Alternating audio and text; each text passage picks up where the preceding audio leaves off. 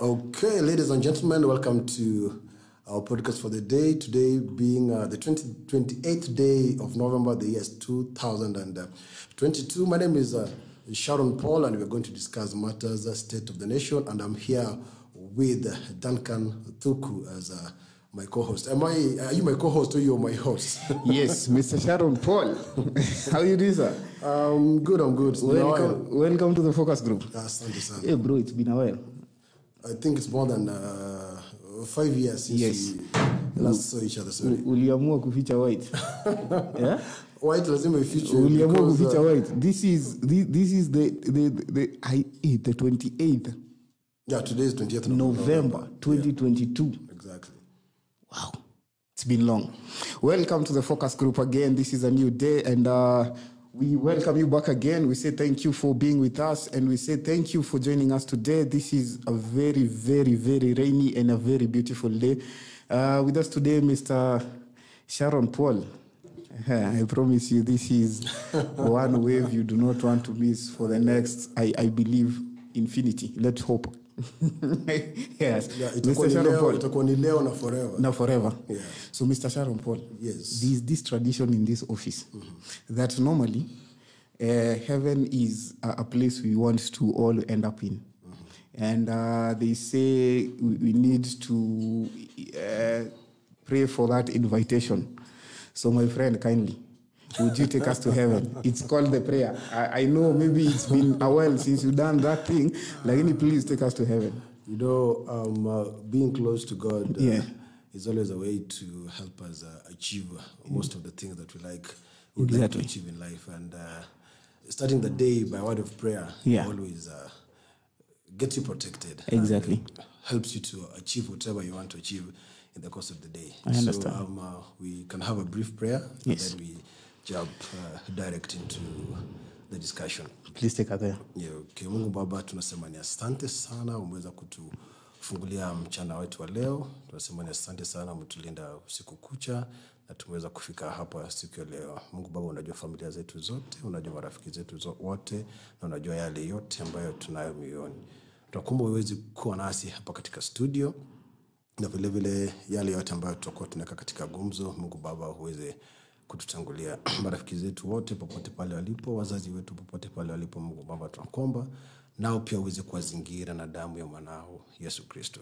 Zidi kutubariki katika mienendo yetu, na tuweze kufanya yale yote mema ambayo yataweza kuinua jina lako. Tunaomba haya tukiamini katika jina la Yesu Kristo mwokozi wetu.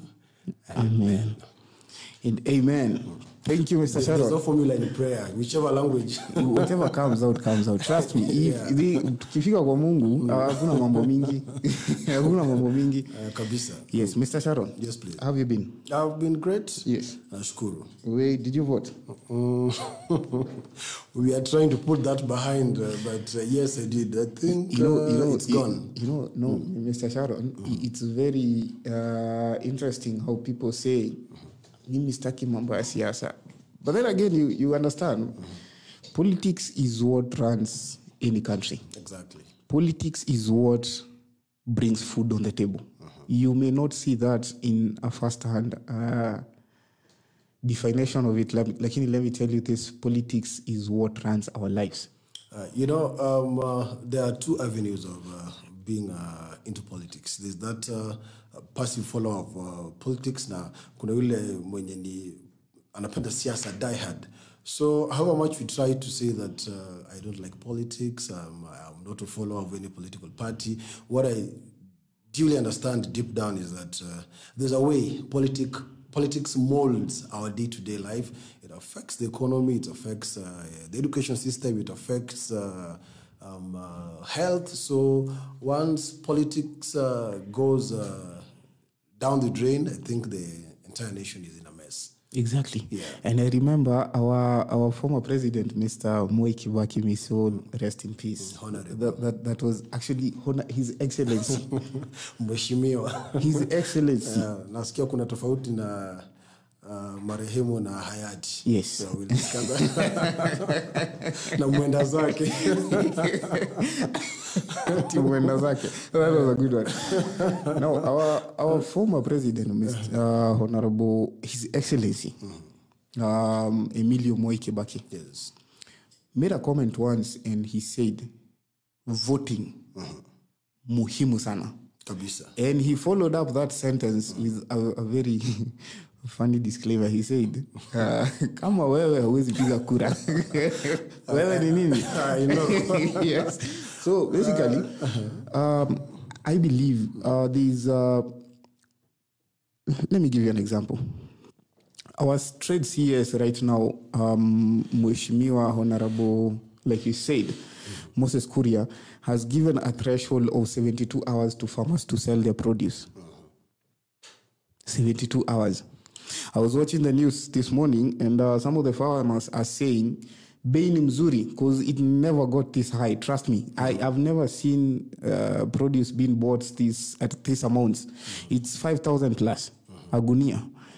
Of 90 kgs. Of 90 kgs. And they're saying that is very good money. Yeah. But the problem is they're saying they're harvesting.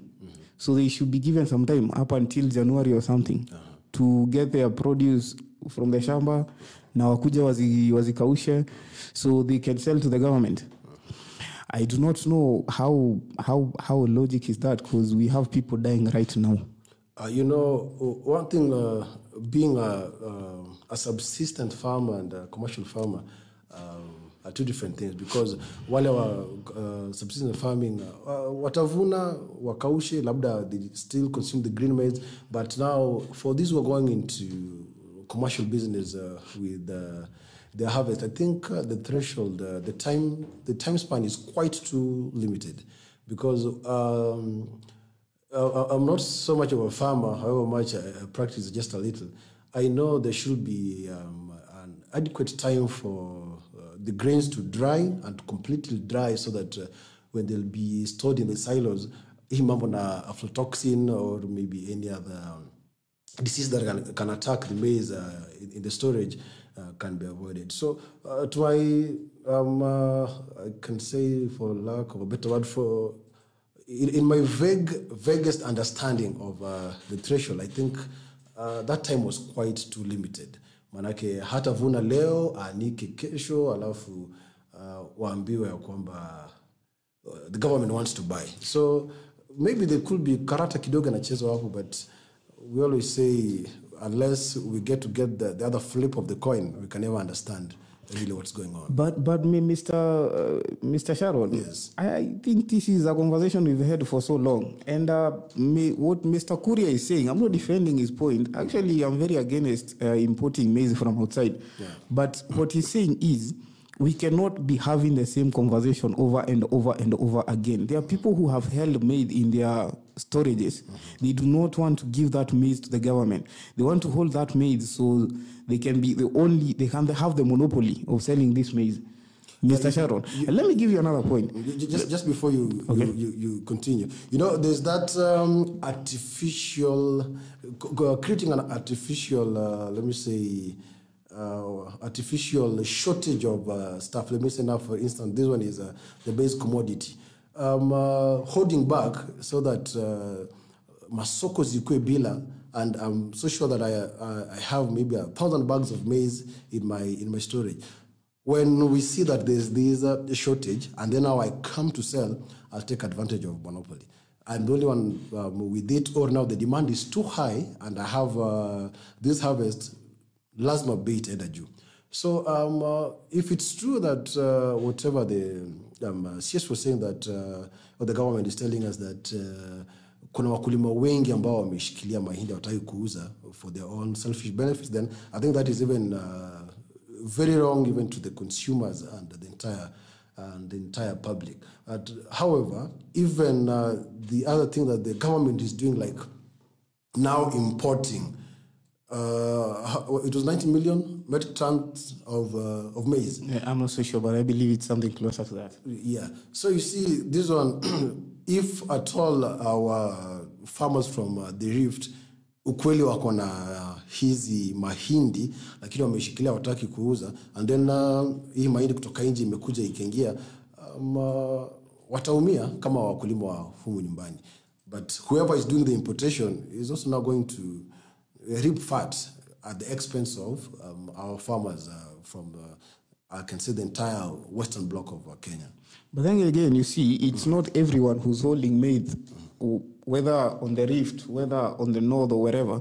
Not everybody is holding maize, because there are those farmers I know who are who are harvesting around 10 bags. These are farmers who do not have anything to hold for the they have no privilege with the government. You understand? Because 10 bags is quite small. But then again, that farmer, you cannot. You see, the amount of how do I put it? The amount of speed we saw the CS moving with. It was quite high. For importing. Hii vitu inakaa tulikuwa somewhere in the deep seas wakaambiwa boss later. So I want you to explain to me, Mr. Sharon. I've never been a maize farmer, but Me I've too, been. but we watch, we see a lot. We see a lot. So nataka uniambie, my friend, what do you think is cooking here? Because I'm trying to compete myself within these conversations. I'm trying to place whom do I defend here? Do I defend the farmer? Do I defend the CS? Whom do I defend here? The person to defend here is that end user. End consumer. Sasa ni kina sisi tujitetee. Mahindi imekuja iko katika hali mzuri, tupatieni. Mnatuuzia bei nafuu, mtupatie. Because now when we go to the stretch of now we want to defend the government that they're doing this to save the extremely hit areas with drought, and then now there's this farmer also mwenye ameshikilia mahindi. When we want to defend them that they should be given a space to sell their maize. And quote unquote, there's that hoarding. I think now everybody is in a situation that they want to reap from a situation that is existing. And if you equally look at both, now both here is the government importing and then the farmer also hoarding. Kila mtu anajaribu kuangalia, when I do this, what business am I going to gain? You see, the farmer amehoard, akaachilia saa zile sasa it's in dire need. Bay to skyrocket. The government has imported mahindi tayari imeshafika, it has docked at kule Kilindini. Who is selling these maize and at what speed did they have to move within weeks? Tunaambiwa tayari mahindi imeshafika. I understand there are some kuna zile mikakati ambazo lazima zipitiwe ili mahindi iweze kuwa imported iletwe humu nchini, but the speed was quite too fast that can now raise eyebrows. Like now, just telling you, these things were just sailing somewhere in the deep seas. Wakaambiwa haya, deal sealed later. Within days, the ship was there. And Mr. Sharon, before we move on, is the lift on the GMO, was it on maize or every other product that is genetically modified? It was on a wider spectrum, you see. But now, when they say the ban on the GMO, the genetically modified is it organisms? Organisms, yes. It has now narrowed down to maize because saizi mahindi ndio tunahitaji. Maize is everything. So it could be even on other. So whatever you're getting is GMO? I can't really say because I really don't have that knowledge of how all this is happening. But for now, what we know is hii mahindi ambayo imekuja labda, maybe not. It's GMO maize and maybe other food product that maybe we have not been told that this has been existing in the market. But I'm aware that there's a way you can always know whether this is nafaka ya kawaida ama nafaka ya GMO. But all these tunawachia experts. I know there are agricultural experts, food experts who can help us to unravel all these. But deep down, if you look very well, everybody is fighting to get something for their stomach. Whoever has imported this, it could be the government, it could be a subsidiary body, but ni pesa watu wanataka. Mkulima huyu pia ameshikilia yake akisema mahindi inaenda kupotea, ndipo aachilie. You see, I was watching the parliament the other day, and I saw this member of parliament, I don't know where from. He was trying to defend, I think he was the chair of some agriculture or something. I don't remember.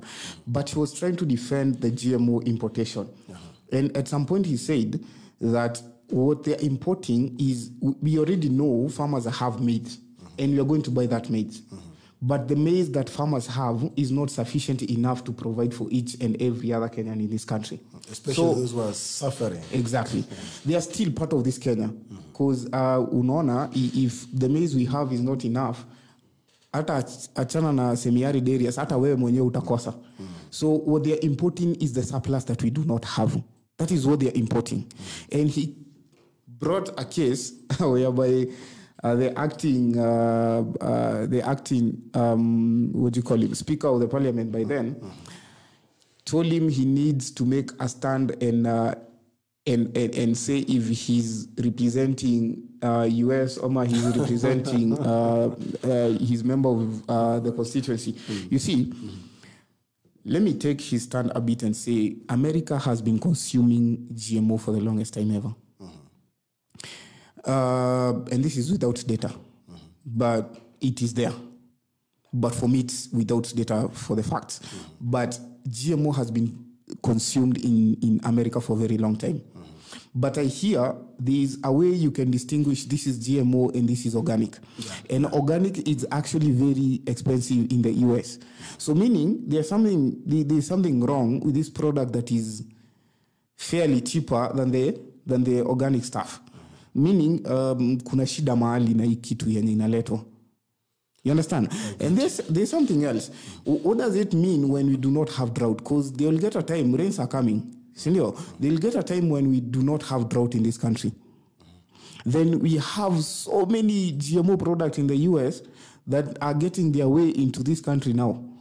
And mind you, I do not want to sit in a country whereby our farmers have to compete with these products. Because these products we've seen what modified products can do. Yeah, exactly. You will have chicken in this country that can lay eggs 3 times a day. It is very bad. And mind you, our president is a very good farmer.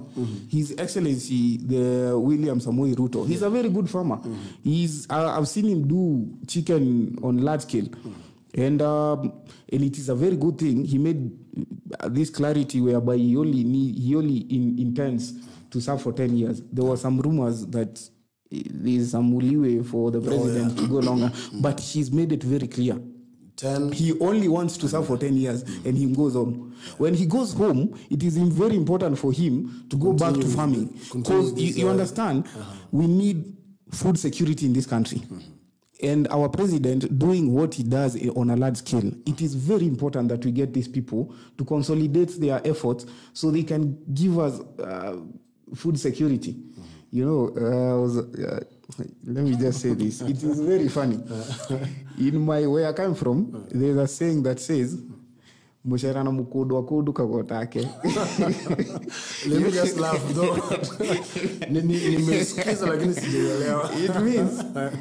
It means you become your company. Whomever you work with, if I work with Sharon, I become Sharon. And I think we saw our president making friends somewhere. I think people had that fear. But our president is a very frank person. And he made it very clear. He has no intention on making those moves. Yeah, exactly.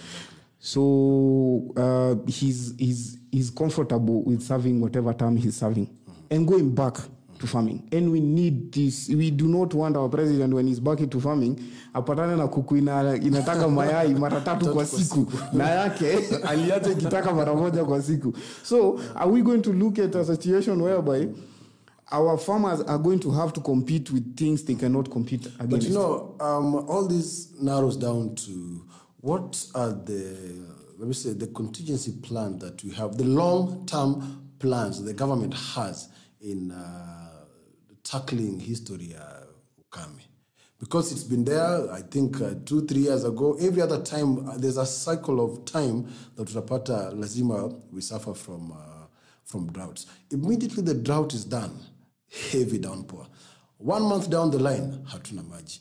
We don't know how, or we've just decided not to harvest these water. Manake kuna sehemu zingine mvua inanyesha, mvua inabeba hadi lori. there's always that budget, a very huge budget for tackling the drought issues. Now, this budget will be, I don't know whether it's always a complementary budget or one budget, but this budget will always be released anytime now there's a famine like now. Inafika wakati that even the government does not have enough money. Mbona juzi tumeambiwa iko pay bill ambayo italetwa kama wananchi watukufu na wenzetu wanakufa sehemu fulani, mbona tusisaidie? And it will reach a point now hata wale ambao wanasaidia, unajua you can only help to a certain limit, utasaidia hadi uchoke.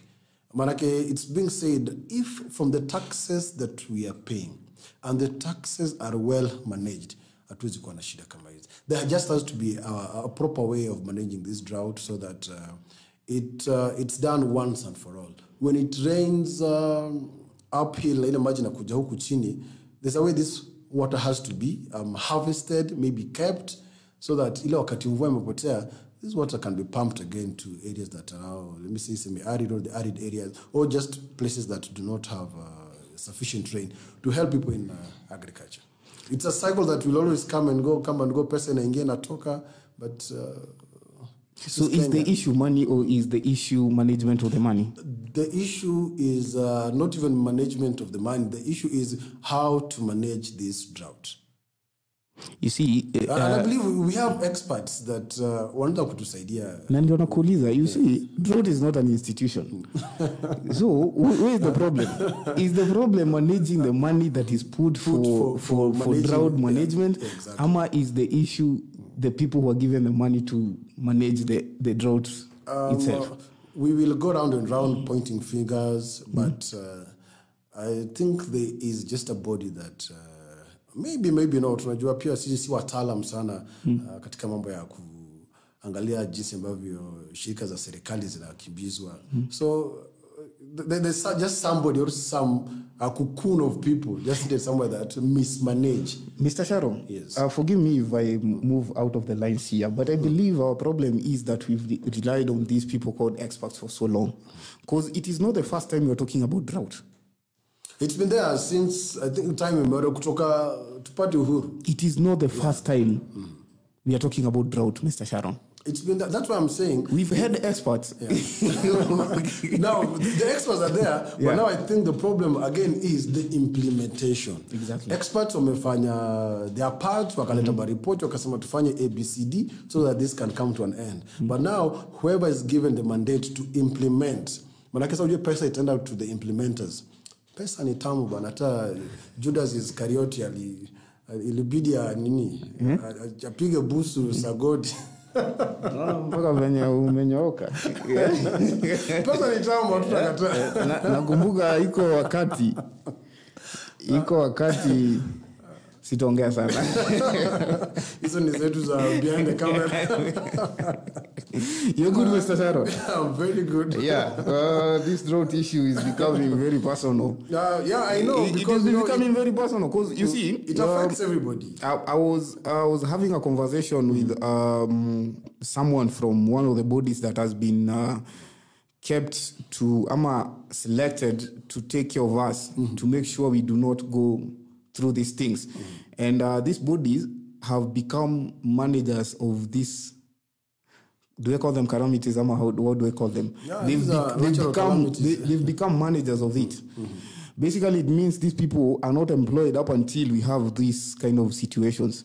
So these are people who are put in place to make sure we do not go through these things. But they are making sure, they are not making sure because they are not cause for drought. Lakini I don't know what is happening. Ni kama wanangoja these things to happen so they can be employed. You do not hear of them up until these things are happening. Yeah, and this is a very serious case. Because for all these the contingency plans that are always there to curb all these calamities. Ni pesa mingi ambayo inaenda. And the other thing, Mr. Sharon, I know we are focusing on the I don't know if it's ASAP or something, the semi-arid and arid areas. And I know it's quite on a very, very, very serious note. It is very saddening what is happening there. On top of that, the insecurity that is going on that place. You know, drought is one thing. Being topped up with insecurity, it's another thing. But then again, Mr. Sharon, in this town called Nairobi and the other towns in this country, yes, Nairobi, there are so many people going through hunger, my friend, and there is no institution to go to overlook that. You see, tulikuwa na shida ya insecurity. Insecurity imemulikwa.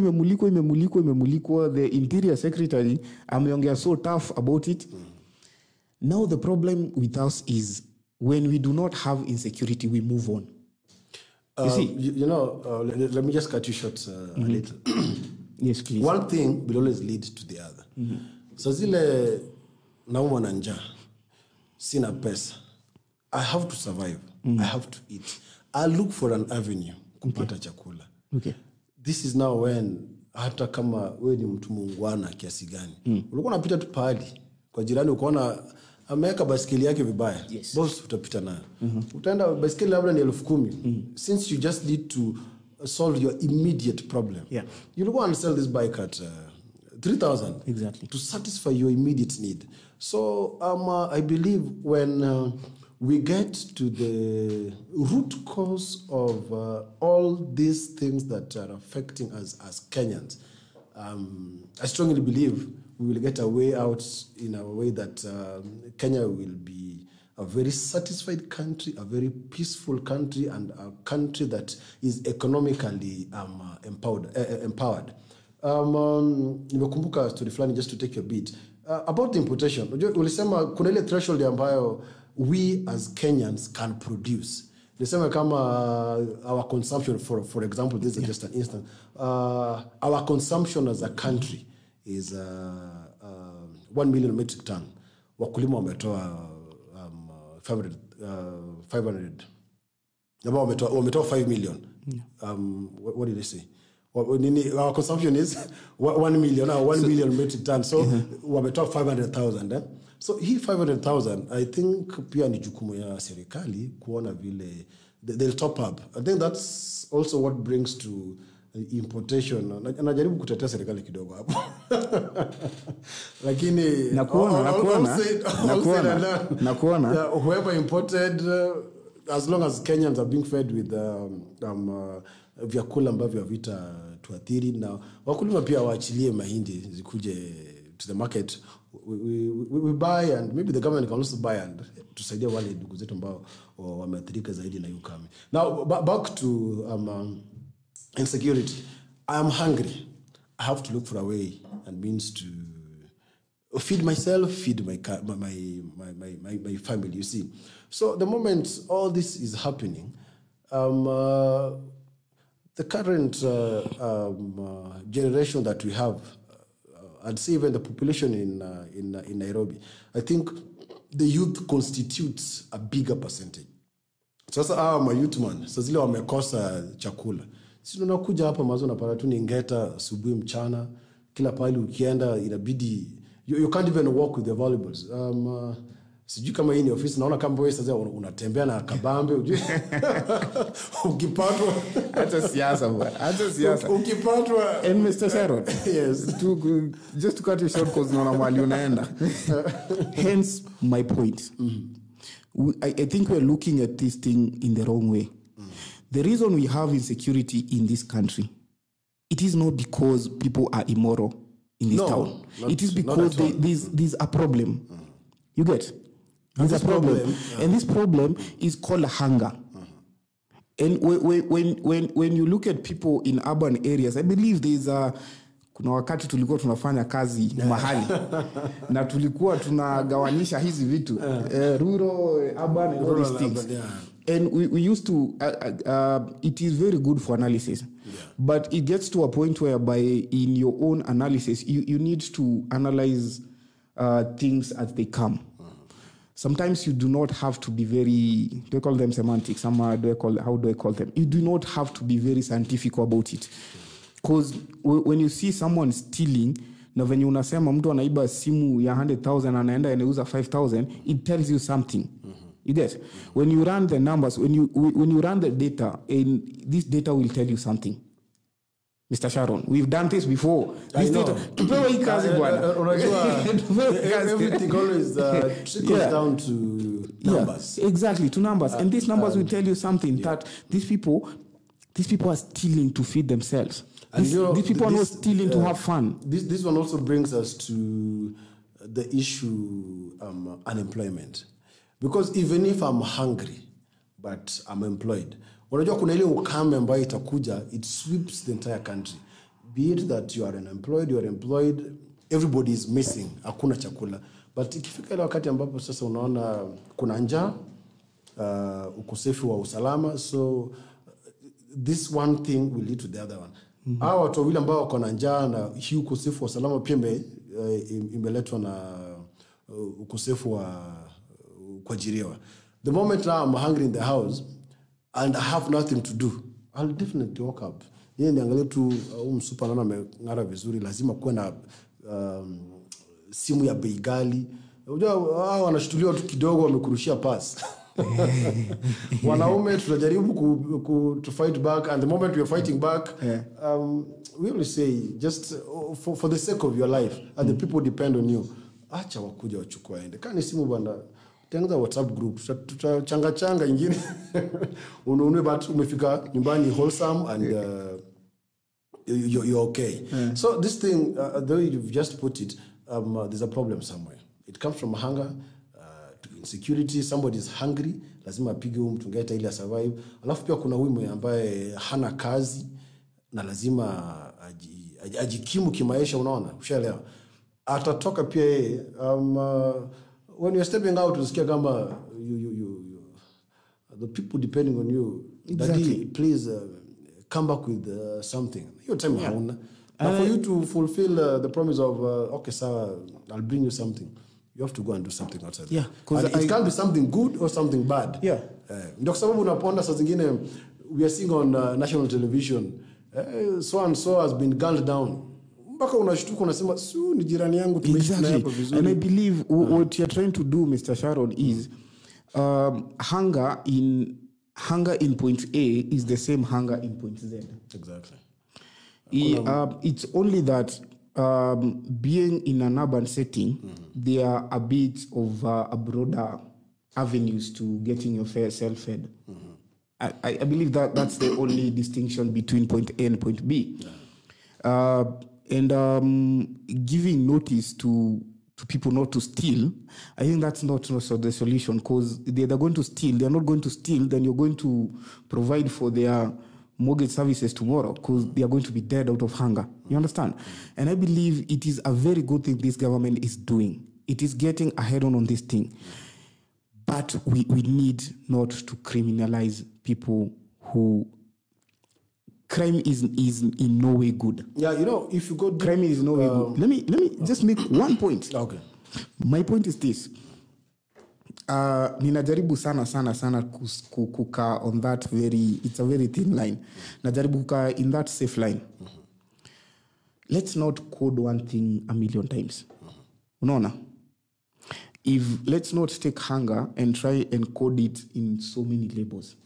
Unaona? It is very simpler for us, and any analyst, you being one of them, will tell you, do not take one particular element and code it in so many ways. You're going to complicate things. If one thing defines the other, that is one code. I get you. Hunger in Nairobi, insecurity in Nairobi is caused by hunger. Insecurity in the north is caused by hunger. So let us address one thing called hunger. And I believe you're going to put a bubble on this thing. There's only one thing called hunger. And I believe that is one thing to address. Hunger. Hakuna kitu ingine. Njaa. So unaandika katika herufi ndogo, unaandika katika herufi kubwa. Kitu tunajaribu kufanya, we're trying to take one thing, and because we want to create so many branches to so many things, hapana. Tuache kulabel vitu. Let us not complicate things. This is one element. Unaweza ichukua, useme huyu amesema hapana, niliiba sababu ya nini? Let us not have a million codes on one element. You get? Let us not have this many codes on one element. It is called hunger, and that is the one thing we should address. And I believe what the CS is doing, it is very good. He's bringing in support from outside, and it is very good. Let me finish my point. Reason why we have the parliament. The parliament is there because it gets to their lawmakers. It gets to evaluate things in a way we as a person, we as 50 million people cannot analyze. And that is why I'm telling you codes. You see, we have around 240 something members of parliament. Legislators, yes. All these people are sampled aside so they can evaluate whatever 50 million people. Yeah, they are our representatives. So yes, exactly. There's that bit of, again, public participation. The main purpose, the original idea, I think I got lost. The important thing for them to have evaluated the GMO thing before it was brought into the country was because to look at the longevity of it, to look at the broader aspect of it. Because we bring GMOs in this country. What happens when our president makes sure there is no hunger in this country? There won't be any more of these importations. Then we bring back the ban on the GMOs. It's always a cycle, as I told you. Tunaenda tufike hapa tupate ni makosa tulifanya tena turudi nyuma. But by the time we're getting back, at least we should be in a position that we have rectified what pushed us to point B. What was it? Hunger. What have we done about hunger?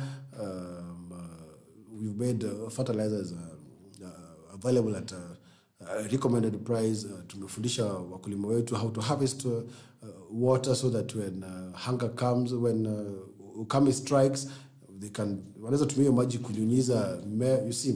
So it's always a cycle that if we can get a way to cut it and all these issues are handled, we will be a happy nation. Right, amesema tulipe ushuru. I believe when we all pay taxes, the small scale business people, the SMEs and watu wanasema kina mama mboga, the bodaboda guys, there's no way they can always escape this. Wanalipa ushuru vizuri sana. I want to imagine a company that has an annual turnover of billions of shillings. If they can equally pay taxes, I believe hii madawa katika hospitali zetu will be affordable, accessible and available. Schools will be available and I mean the schools will be ile karo ya shule itakuwa wastani for any other parents to pay, for the students to the sons and daughters to get spaces for them in those schools. And what other things? The entire country will just flourish now because from hiyo ushuru pia barabara zitajengwa, accessibility to hizo shamba. So everything still trickles down to are we a disciplined country? Yeah. Mr. Sharon, I think I do not think sijui kama ni mimi niko na shida ama ni nini. Kuna wakati uliuliza siasa za nyumbani. Unajua unasema when you stay in a glass house bwana. Hauruki mahali bwana. Siasa za nyumbani. I come from Homa Bay. Hey, so, by the way, talking about nyumbani, Mr. Sharon, what is happening in Homa Bay? Mnasikia watu bunduki wa What is happening? Talking about home. Kuna yule ambaye alihisi kana kwamba hakuweza kupata haki kulingana na jinsi ambavyo kura zilipigwa.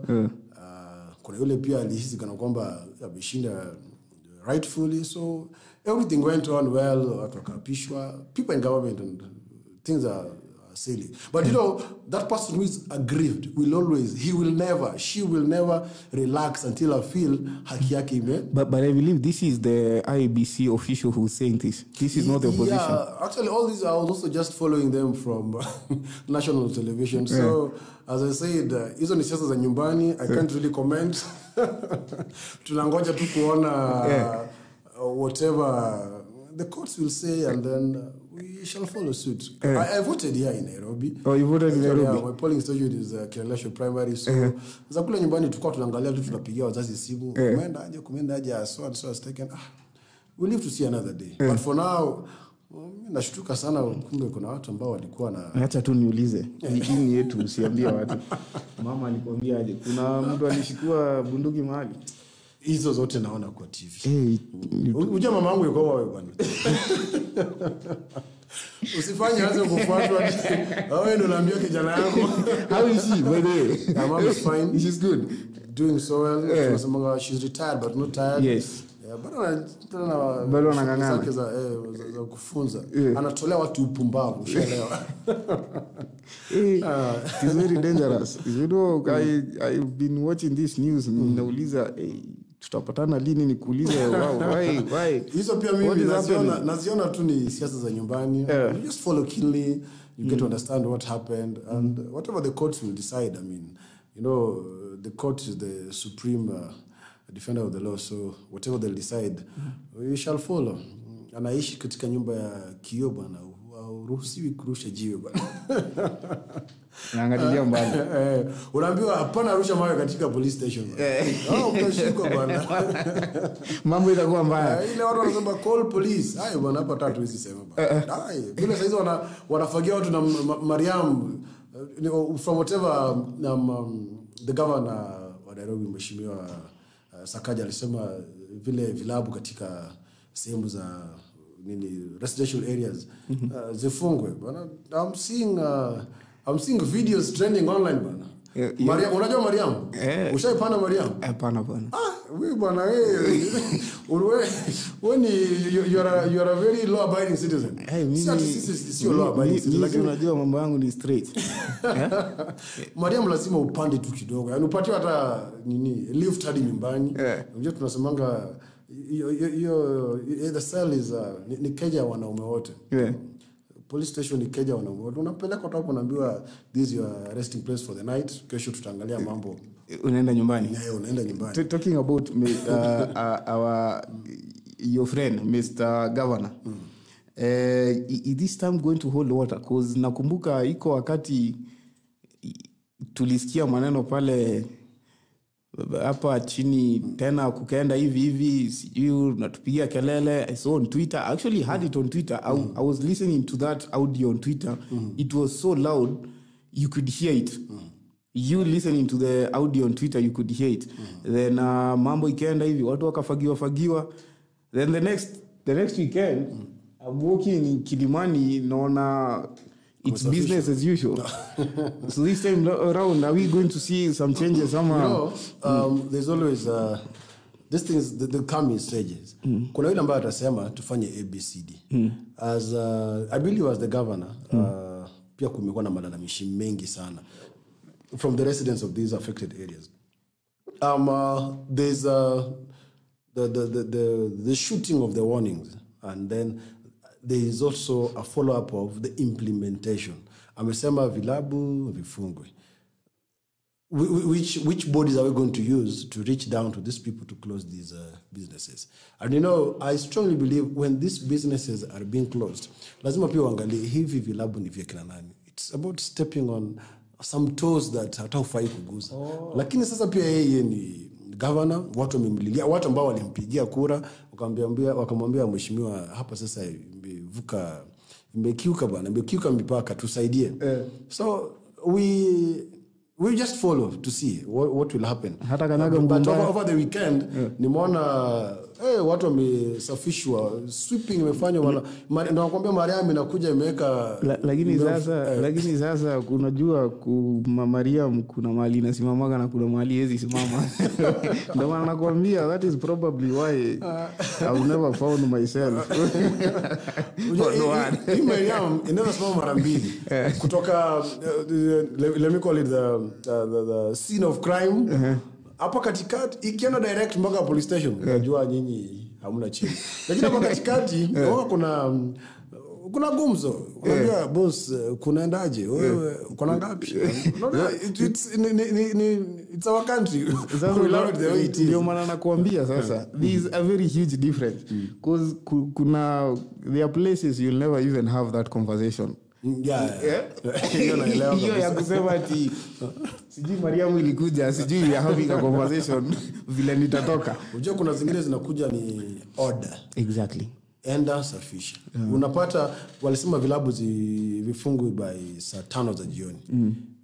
Unafika hapo saa 5 like 10 saa 5:30 saa 6 za usiku music still at full blast. I mean I think they wouldn't even like to know who is the management of the club.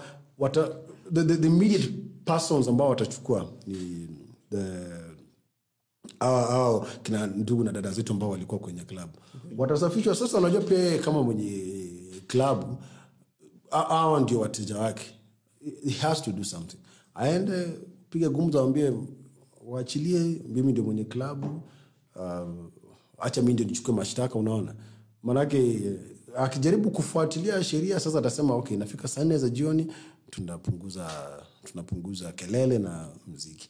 Lakini haya yote tunasemanga yote 9 10 ni tutasubiri tuone vile mambo yatakuwa. Lakini tuko na hizi bodies zenye kama NEMA one being of them. NEMA ndio wanafaa kuangalia maneno. So na NEMA ndio wanapatia watu license. Ndio nilikuwa nakusema. Hii vitu ukianza kupigana na wenye vilabu at the top, you're missing so much down here. Who authorized this club to open in a residential area?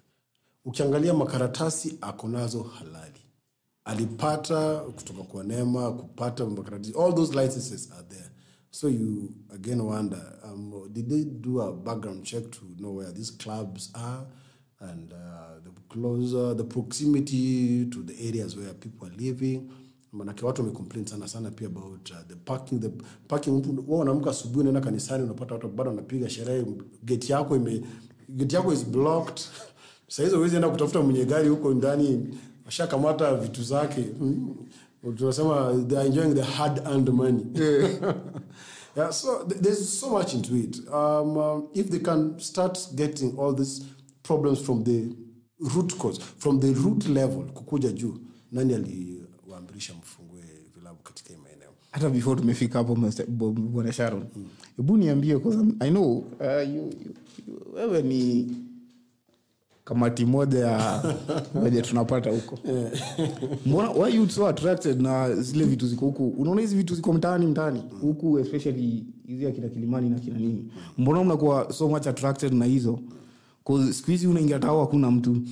Ifika masaa fulani hakuna mtu, lakini ukiingia Kilimani hizi club ziko na watu wengi sana. Nini inafanya mko attracted na huko? Ndio nasema life ipo.